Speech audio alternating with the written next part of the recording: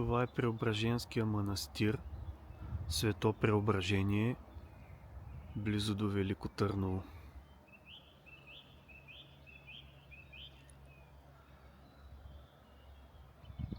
Уникална панорама, уникална красота.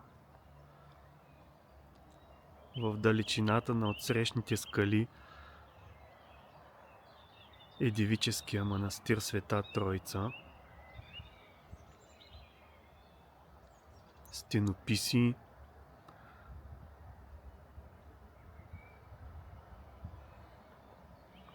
ето го и Котарака, къде е легнал на спокойствие.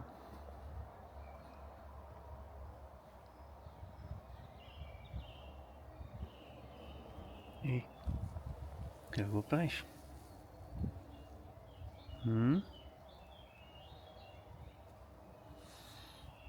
Манастирския Котарак.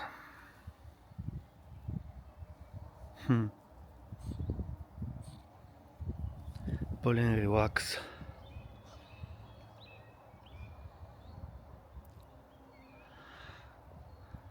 За този камък до кулата отсреща се говори, че преди много години, векове, е паднал, но както виждате не е засегнал нито манастира, т.е. църквата, която е тука, нито самата кула. Един вид някакво божие чудо.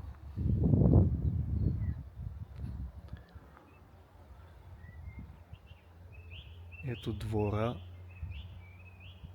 Не съм убеден дали се обитава, но доколкото знам, май има хора.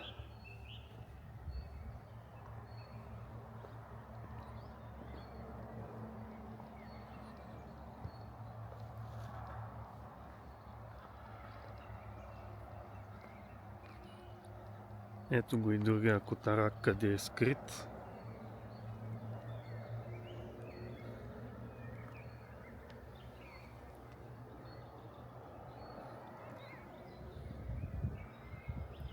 Ето го и третия дойде. Цяла банда.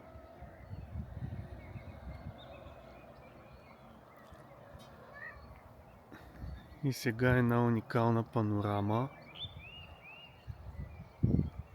с пейката, която е тук.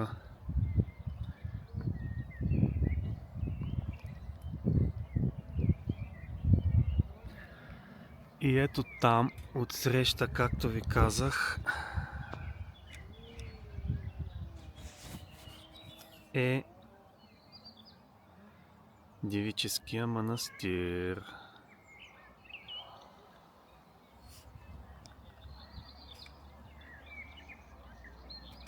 Едва ли се вижда много хубаво и ясно.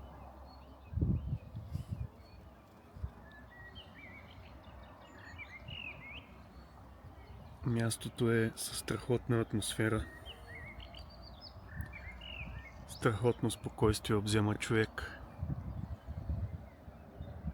Там в този край съответно е пътя за Русе. Село Самоводене и така.